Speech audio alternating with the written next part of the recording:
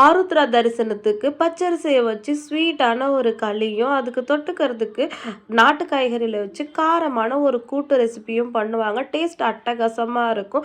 ஸ்வீட்டுக்கு காரம் தொட்டுக்கிறதுக்கா அப்படின்னு நினைக்காதீங்க. 2யும் ஒண்ணா வச்சு சாப்பிட்டு பாருங்க. சும்மா அமிர்தம் மாதிரி இருக்கும். எப்படி செய்யறதுன்னு பார்க்கலாமா? நான் இன்னைக்கு இந்த காய்கறி கூட்டு ஃபர்ஸ்ட் பண்ண போறேன். அதுக்கு 2 உருளைக்கிழங்கு, கொஞ்சமா மஞ்சள் பூசணிக்காய், 2 கேரட்டு, அதுக்கப்புறமா ஒரு வாழைக்காய், 2 வெள்ளை கத்திரிக்காய், அதுக்கப்புறம் கொஞ்சமாக அவரைக்காய், பீன்ஸு, கொத்தவரங்காய், இது எல்லாத்தையுமே வந்து கட் பண்ணி வச்சுருக்கேன். அது மட்டும் இல்லாமல் ஒரு 50 கிராம் துவரம்பருப்பை வந்து பெருங்காயம், மஞ்சத்தூள் சேர்த்து நல்லா குழைய வேக வச்சு எடுத்து வச்சுருக்கேன். இதுக்கு ஒரு மசாலா பொடியும் ரெடி பண்ணணும். ஃபஸ்ட்டு நம்ம காயெல்லாம் குக்கரில் சேர்த்து வேக வச்சுட்டு அதுக்கப்புறம் மசாலா பொடி ரெடி பண்ணலாம். குக்கரில் வந்து 1 டம்ளர் தண்ணி வச்சுருக்கேன். அதில் நம்ம எல்லா காய்கறியுமே சேர்த்துட்டு அது கூட கொஞ்சமாக உப்பு சேர்த்துக்கலாம். அதுக்கு அப்போ தான் வந்து காய்கறி வந்து வெந்தாலும் டேஸ்ட்டாக இருக்கும். இப்போ அது கூட லைட்டாக உப்பு சேர்த்து ஒரே ஒரு விசில் வச்சு எடுத்துக்கலாம். குக்கர் வந்து ஒரு விசில் வந்துடுச்சு. ப்ரெஷர் நல்லா குறையிட்டும். இறக்கி வச்சுட்டு இப்போ ஒரு வாணலியில் கொஞ்சமாக எண்ணெய் சேர்த்து அதில் வந்து நம்ம இந்த பொருளை சேர்த்து வறுக்க போகிறோம். இதில் நான் என்னென்ன பொருள் வச்சுருக்கேன்னா, 1 ஸ்பூன் உளுத்தம்பருப்பு, 1 ஸ்பூன் துவரம்பருப்பு, 5, 6 காஞ்ச மிளகா, கொஞ்சமாக கட்டி பெருங்காயம், கொஞ்சம் மிளகு, கொஞ்சம் வெந்தயம், 5, 6 காஞ்ச மிளகா எல்லாமே வச்சுருக்கேன். ஃபஸ்ட்டு எண்ணெயில் கட்டி பெருங்காயத்தை கொஞ்சம் உடச்சி போட்டுக்கலாம். கட்டி பெருங்காயம் வந்து பொரிஞ்சிடும். அதுக்கப்புறம் இது எல்லாத்தையுமே சேர்த்து மீடியம் ஃப்ளேமில் வச்சு நல்லா ரோஸ்ட் ஆகிற வரைக்கும் வதக்கிக்கலாம். தேங்காய் சொல்ல மறந்துட்டேன், ஒரு சின்ன பத்து தேங்காய்.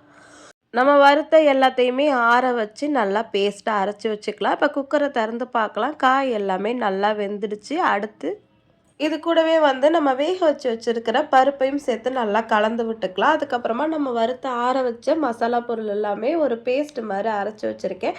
இப்போ அதை இது கூடவே சேர்த்து நல்லா கலந்து விட்டுடலாம். இப்போ மசாலாவே சேர்த்ததுக்கப்புறமா ஒரு சின்ன நெல்லிக்காய் சைஸ் அளவு புளி வந்து கரைச்சி வச்சுருக்கேன். இப்போ அதையும் வந்து இது கூடவே சேர்த்து நல்லா கலந்து விட்டுடலாம். அடுப்பை நல்லா வந்து சிம்மில் வச்சு நம்ம கொதி விடலாம். ஏன்னா பருப்பு, காய் எல்லாமே வந்து நிறைய இருக்குது. அதனால வந்து அடி பிடிக்கிறதுக்கு வாய்ப்பு இருக்குது. அதனால் சிம்மில் வச்சு கொதிக்க வைக்கலாம். இப்போ இதுக்கு ஒரு தாளிப்பு கொடுத்துக்கலாம். ஒரு கடாயில் தேவையான அளவுக்கு எண்ணெய் சேர்த்து அதில் ஜீரகம், கடுகு, கருவேப்பிலை சேர்த்து தாளித்து கொட்டி கொஞ்ச நேரம் அடுப்பில் வச்சு இறக்குனா அருமையான காய்கறி கூட்டு ரெடி. இப்போ அடுத்து களி செஞ்சிடலாமா? 1 டம்ளர் பச்சரிசியை நல்லா வாசனை வரைக்கும் வறுத்து எடுத்துக்கலாம்.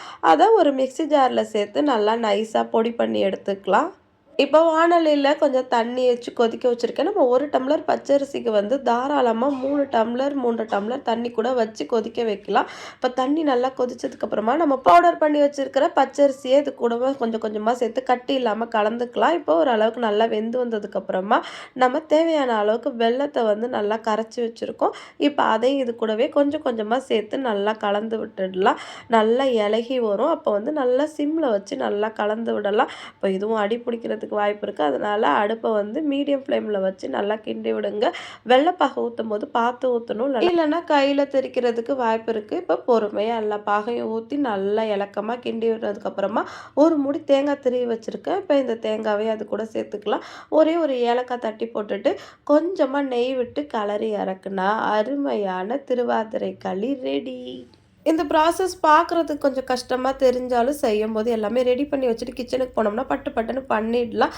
இதை வந்து ஒரு தட்டில் ஒரு களியும் அந்த கூட்டையும் பக்கத்தில் வச்சுக்கிட்டு 2யும் சேர்த்து சாப்பிட்டா சும்மா அமிர்தம் மாதிரி இருக்கும். ஸோ நீங்களும் ட்ரை பண்ணி பார்த்துட்டு எப்படி இருந்துச்சுன்னு கமெண்ட் பண்ணுங்கள். அடுத்து ஒரு இன்ட்ரெஸ்டிங்கான ரெசிபியோட நான் உங்களை மீட் பண்ணுறேன். பாய்.